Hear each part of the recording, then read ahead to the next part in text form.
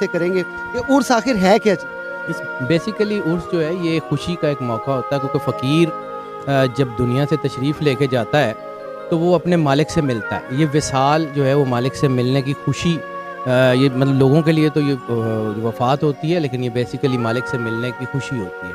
तो उसकी खुशी में जो उनके चाहने वाले होते हैं वो मोहब्बत का इज़हार करते हैं, अपनी अक़ीदत का इज़हार करते हैं। इसलिए इसको हमने जो है वो नाम दिया जाता है जश्न। जैसे जश्न शेर शाह सरकार, जश्न कलंदर पाक, जश्न बाबा जी अब्बास अली सरकार। तो ये जो जश्न है ये खुशी है मालिक की, और इसीलिए हम यहाँ सारे इकट्ठे हुए हैं। और ये हमारी खुशकिस्मती है कि कलंदर पाक बाबा मखदूम काकियाँ वाली सरकार, सैयद सफदर अली बुखारी के बड़े साहबजादे और उनके छोटे साहबजादे सैयद मंशा अब्बास बुखारी, सैयद फ़र अब्बास बुखारी हमारी सरपरस्ती कर रहे हैं, वो यहाँ मौजूद हैं। उनकी मौजूदगी में मैं ज़्यादा तो बात नहीं कर सकता, वो उन्हीं से जो है वो उनकी राय लेते हैं, उनसे बात करते हैं। अस्सलाम वालेकुम सर, कैसे हैं आप? जी वालेकुम